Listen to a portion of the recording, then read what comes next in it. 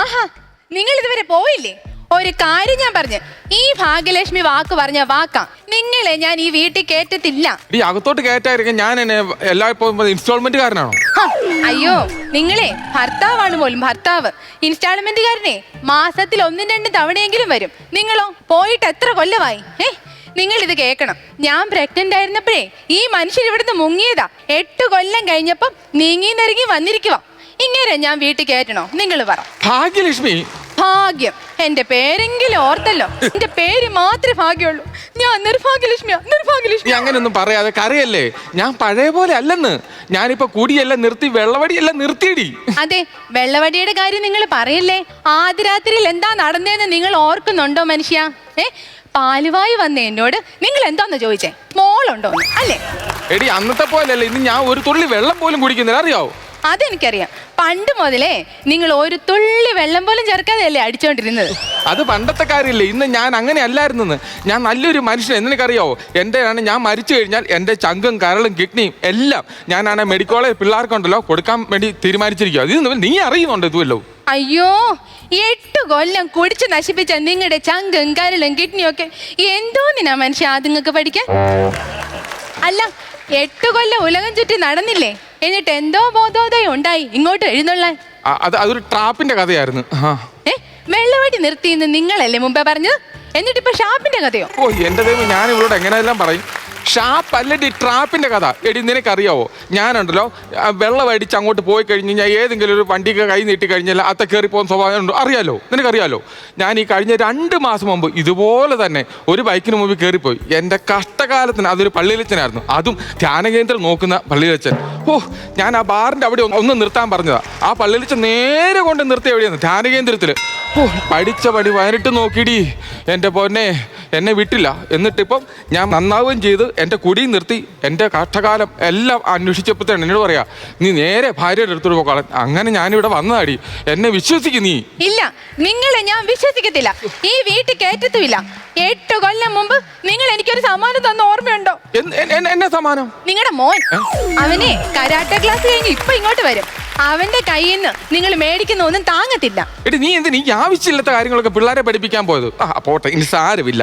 ഒരു കാര്യം ചെയ്യാം, ഞാൻ എൻ്റെ നെഞ്ചിലെ സ്നേഹം കൊടുത്തവനെ കീഴ്പ്പെടുത്തൂടി. അതാ. അയ്യോ, അവന്റെ നെഞ്ചത്തിരിക്കുന്ന നെഞ്ചക്ക കൊണ്ടായിരിക്കും നിങ്ങളെ കീഴ്പ്പെടുത്താൻ പോകുന്നത്.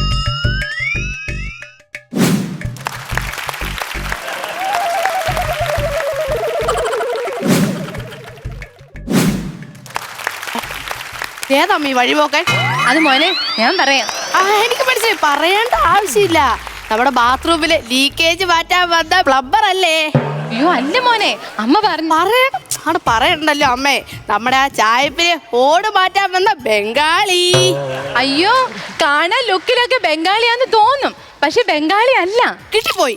ആരാന്നിട്ട് കിട്ടിപ്പോയി? അടുക്കളയിരിക്കുന്ന ആക്രി വെറുക്കാൻ വന്ന ആക്രിക്കാരൻ. കണ്ടോ എന്റെ പൊന്നുമോനെ, അതൊന്നും അല്ല. ഞാൻ അച്ഛനാ മോനെ. ഏത് പള്ളിയിലെ? ഏത് പള്ളിയിലാണ്? മോന്റെ അച്ഛനാന്ന്. ഇതുവരെ ഇല്ലാത്ത അച്ഛൻ ഇപ്പൊ ഇങ്ങനെ പൊട്ടി മുളച്ചു വന്നത്. നിനക്ക് സംശയം അമ്മയോട് ചോദിച്ചോ? അമ്മയോട് ചോദിച്ചു നോക്കേണ്ട കാര്യമൊന്നുമില്ല. കാരണം പണ്ടേ മുതൽ ഞാൻ എന്റെ അച്ഛന്റെ കാര്യമൊക്കെ എപ്പോഴും ചോദിക്കുന്ന. പക്ഷെ അമ്മ തെന്നി മാറും. തെന്നി പറഞ്ഞാ എന്നെ പായലാണോ? നിങ്ങൾ പായല് തന്നെയാ. ഒഴുകി അങ്ങ് പോയതല്ലേ. വേലിയേറ്റം വന്നപ്പോ ഇങ്ങോട്ട് കേറി വന്നു. ഈ താടിക്കാരൻ ഇങ്ങേരന്റെ അച്ഛനൊന്നുമല്ല. എന്റെ സങ്കല്പത്തിൽ അച്ഛനെ മമ്മൂട്ടി പോലെ ഇരിക്കുന്ന ഒരു അച്ഛനാ. അതെ, ഭ്രമയുഗത്തിലല്ല, പാട്രിയോട്ടിലെ സുന്ദരനായ മമ്മൂട്ടിയുടെ കാര്യമാണ് ഞാൻ പറഞ്ഞത്. മോനെ, എന്തായാലും ഇത്രയൊക്കെ ആയി. നീ അച്ഛനോട് ക്ഷമിച്ചു കൊടുക്ക്. അതെ, അതുകൊണ്ട് ഞാൻ പറയാം, നമുക്ക് അകത്ത്. എങ്ങോട്ട് പോണേ? ഇവിടെ നിന്ന് നിന്നേ. ID കാർഡ് താ, എന്നാ അകത്തോട്ട് കേറ്റാം. ID കാർഡോ? അച്ഛൻ എന്താണ് ID കാർഡ്? നമുക്ക് അകത്തോട്ട്. ബാക്കി എല്ലാവർക്കും ID കാർഡ് ഉണ്ട്, പിന്നെ എന്നാ നിങ്ങൾക്കില്ലാത്തത്? ഇവിടെ നിന്നേ, നീ പറഞ്ഞിട്ട് പോയാ. അല്ല, എന്തിനാന്ന് ഇപ്പൊ ID കാർഡ്? ഞാൻ പറഞ്ഞല്ലോ, അതില്ലെങ്കിൽ വീട്ടിലോട്ട് കേറ്റത്തില്ല. നമുക്ക് പിന്നെയും പോന്ന് ഈ പുള്ളിക്കരുത് അകത്തോട്ട് കയറുന്ന ചിന്ത മാത്രം ഉള്ളെന്ന് തോന്നുന്നു. എന്റെ ഭഗവാനെ. അന്നൊരു കാര്യം ചെയ്യും, ID കാർഡ് വേണ്ട, അഡ്മിഷൻ ഫീസ്. അഡ്മിഷൻ ഫീസോ? എന്തിനാണ് അഡ്മിഷൻ ഫീസ് ഇവിടെ പറയുന്നത്? ഞങ്ങളെ സ്കൂളിലോട്ട് പോയെങ്കിൽ അഡ്മിഷൻ ഫീസ് കൊടുക്കാതെ ഞങ്ങളെ ഈ സ്കൂളിന് മുറ്റത്ത് പോലും നിർത്തിക്കത്തില്ല. അതുപോലെ തന്നെ ഇവിടെ. അത് ശരിയാ, സമ്മതിച്ചു. പക്ഷെ അത് എന്തിനു ഇവിടെ പറയുന്നു? പറയാം, കാരണമുണ്ട്. കഴിഞ്ഞ 8 കൊല്ലമായിട്ട് നിങ്ങൾ ഈ ഭൂമി കിടന്ന് ഇങ്ങനെ ഉരുളോട്ടിരിക്കുകയല്ലായിരുന്നോ? അന്നേരം ഞങ്ങളുടെ കാര്യം വല്ല ആലോചിച്ചോ? ആലോചിച്ചോ? ഇല്ലല്ലോ. ഇല്ലില്ല. ഹ, അന്നേരം ഞങ്ങളുടെ കിടന്ന് കഷ്ടപ്പെടുമായിരുന്നു എന്റെ പൊന്നോ, ഒന്നും പറയണ്ട. മോനെ 8 കൊല്ലത്തെ ചെലവങ്ങ് പറഞ്ഞു കൊടുത്തേ നിന്റെ. ആ ശരിയാ, സോറി വിട്ടുപോയി കേട്ടോ. 8 കൊല്ലത്തെ ചെലവ് ഞാനിപ്പോ എണ്ണി പറഞ്ഞുതരാം. പാല് 3 ലക്ഷം. അല്ല നിങ്ങൾ എന്നെ പാലെന്നെ കുളിക്കുമായിരുന്നു. അടുത്ത് ഞാൻ പറയാം. കറണ്ട് ബില്ല് 5 ലക്ഷം. പിന്നെ പറയുവാണെങ്കിൽ ഹോസ്പിറ്റൽ കേസ് 5 ലക്ഷം. പിന്നെ പണയം വെച്ചതും അത് പലിശയും കൂട്ടുപലിശയും ചേർത്ത് 5 ലക്ഷം. ഇതെല്ലാം കൂടെ പറയുവാണെങ്കിൽ ഒരു 30 ലക്ഷം വരും. ഇതെല്ലാം ഇവിടെ എണ്ണി വെക്കുവാണെങ്കിൽ വീടിനകത്തോട്ട് കയറ്റാം, അല്ലെങ്കിൽ വന്ന വഴി നേരെ വിട്ടോ. നിങ്ങൾ പറഞ്ഞതെല്ലാം എനിക്ക് മനസ്സിലായി. അത് ആ പലിശ സഹിതം തരണമെന്നുണ്ട്. പക്ഷെ ഒരു കാര്യമുണ്ട്, കാരണം ഞാൻ ഈ 8 കൊല്ലം മുഴുവൻ കഷ്ടപ്പെട്ടുണ്ടല്ലോ, സർക്കാരിനെ സഹായിക്കാൻ വേണ്ടിട്ടേ ഞാൻ ബിവറേജിന് കൊടുത്തു. അതാ എന്നാ ഈ പുള്ളിക്കാരൻ പറയുന്നത്. അയ്യോ മോനെ, നിനക്ക് മനസ്സിലായില്ലേ? ഇങ്ങേരെ 8 കൊല്ലം ആ അധ്വാനിച്ചുണ്ടാക്കിയതെല്ലാം കുടിച്ച് കൂത്താടി തീർത്തെന്ന്. സൂപ്പർ. എന്നാ ഞാൻ വീട്ടുപടി പോലെ ചവിട്ടിക്കുന്നില്ല, വിട്ടോ സ്ഥലം. അയ്യോ മോനെ, നെഞ്ചക്ക് താഴെടാ. നിന്റെ അച്ഛനാണോ പറയുന്നത് നെഞ്ചക്ക് താഴെടാ? കൂടുതൽ നിലം കളിക്കല്ലേ, എനിക്ക് കലിപ്പ് കയറി ഉണ്ടല്ലോ. കീരിക്കാരനെക്കാട്ടി ഞാൻ മോശമാവും. മറ്റൊരു ചേർമാനോട് സൃഷ്ടിക്കരുത്. കലിപ്പ് നീ അവനെ പിടിച്ചൊന്ന് പറ, കാര്യം പറഞ്ഞ് മനസ്സിലാക്കുക. മോനെ, അച്ഛൻ പശ്ചാത്തപിക്കുന്നു. ബെസ്റ്റ് കുടിയുടെ ഇടയ്ക്ക് ആ സംഭവം ഉണ്ടോ? അർത്ഥം എന്താന്ന്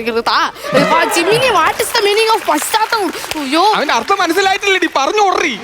മോനെ, കുറ്റബോധം കുറ്റബോധം കുറ്റബോധം ഉണ്ട്. നിന്റെ അച്ഛന് കുറ്റബോധം ഉണ്ടടാ. കുറ്റബോധല്ലേ? ബോധമില്ല, കുറ്റം ചെയ്തിട്ട് വന്നേക്കുന്നു. എന്നിട്ട് കുറ്റബോധം. എന്നോടൊന്ന് ക്ഷമിക്കുക എന്റെ പൊന്നുവാനെ. എങ്ങനെ ക്ഷമിക്കാനാ? എൻ്റെ അമ്മ പൈസ ഇല്ലാത്ത സമയത്തെ എല്ലാവരുടെ ചെന്ന് കടം ചോദിച്ച്, എന്നിട്ട് ആ കടക്കാരെ കാണുമ്പോൾ എൻ്റെ പൊന്നോ, അമ്മ വെട്ടിയൊഴിഞ്ഞിങ്ങനെ പോകുന്നൊരു പോക്കുണ്ട്. വേൾഡ് കപ്പിന് മെസ്സി പോലും അങ്ങനെ വെട്ടിയൊഴിഞ്ഞ് പോകത്തില്ല. എന്റെ പൊന്നുമോനെ, നിങ്ങളുടെ വിഷമല്ല എനിക്ക് മനസ്സിലായി. ഇനി അച്ഛൻ കുടിക്കത്തില്ല, നിങ്ങളെ കരയിക്കത്തില്ല. അതുകൊണ്ടുണ്ടല്ലോ ഞാൻ നിനക്കേ ഗ്യാരണ്ടി തരാം. അതിന് ഗ്യാരണ്ടി തരാം. നിങ്ങളതെ വാഷിംഗ് മെഷീന് ഒന്ന് പറഞ്ഞു. മോനെ, എന്തൊക്കെ ആയാലും ശരിയായി. ഈ മനുഷ്യന് നമുക്ക് ഒരവസരവും കൂടെ കൊടുക്കാം, നന്നാവും നോക്കാലോ. അതാ ഞാൻ പറഞ്ഞത്, നമുക്ക് അകത്തോട്ട് കയറി. എന്റെ പൊന്നു ബ്രോ, എവിടെ പോവാ? എവിടെ നിന്നേ? എന്ത് പറഞ്ഞാലും അകത്തോട്ട് പോകുന്ന ചെയ്യുന്നത്, അതൊന്ന് മാറ്റിയെടുക്ക്. അച്ഛനെ കയറി ബ്രോ എന്ന് കേട്ടില്ലേടി? ഒരു കാര്യം ചെയ്യാം.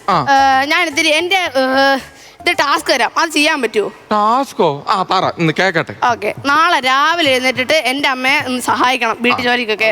പിന്നെ കിണറ്റിൽ നിന്ന് വെള്ളം കുറണം. എല്ലാ ആഴ്ച എനിക്ക് കുഴിമന്തി, ബിരിയാണി, അങ്ങനെയുള്ള വായിന്ന് വെള്ളം കറക്കാനില്ല പറഞ്ഞത്. ബിരിയാണി, കുഴിമന്തി, പിസ്സ, അങ്ങനെയുള്ള എല്ലാ കാര്യങ്ങളും എനിക്ക് മേടിച്ചു തരണം. പിന്നെ പറയുവാണെങ്കിൽ മെയിൻ സംഭവം, കുടി വലി എന്ന സാധനം ഒന്നും പറ്റത്തില്ല. അഥവാ കുടിച്ചാൽ ഒന്നും നോക്കത്തില്ല. തൂഫാനിലേക്ക് പറഞ്ഞു വിടത്തേ ഉള്ളൂ. തുപ്പാനല്ല, തൂഫാനിലേക്ക് പറഞ്ഞു വിടത്തേ ഉള്ളെന്ന്. എന്റെ ദൈവമേ, ഇതിലും ഭേദ ധ്യാന കേന്ദ്രമായിരുന്നു. കേട്ടില്ല. അതൊന്നും അല്ല പറഞ്ഞേ. ഞാൻ നിങ്ങൾ പറഞ്ഞല്ല ഓക്കെ അല്ലേ? അതുകൊണ്ട് പറഞ്ഞു, നമ്മൾ വെറുതെ എന്തിനാ ഈ സമയം പറഞ്ഞു കളയുന്നത്? അതുകൊണ്ടേ ഞാനേ പരിപാടി തുടങ്ങിയേക്കാം. ഉയ്, എവിടെ പോവാ? അവിടെ നിന്ന് വെയിറ്റ് ചെയ്തേ. ഇതെല്ലാം 1 മാസത്തെ ട്രയല്. അതിന് വിജയിക്കുവാണെങ്കിൽ ഞങ്ങളോട് നിൽക്കാം. അഥവാ അതിന് വല്ല തെറ്റേ വല്ലതും വന്ന പൊക്കോമനെ ദിനേശ. അയ്യോ, 8 കൊല്ലം ഈ ഒലകം ചുറ്റി നടന്നപ്പോഴേ നിങ്ങൾ എന്റെ മോന്റെ കാര്യം ഓർത്തോ? കേട്ടിട്ടില്ലേ? കൊടുത്താ കൊല്ലത്തും കിട്ടും.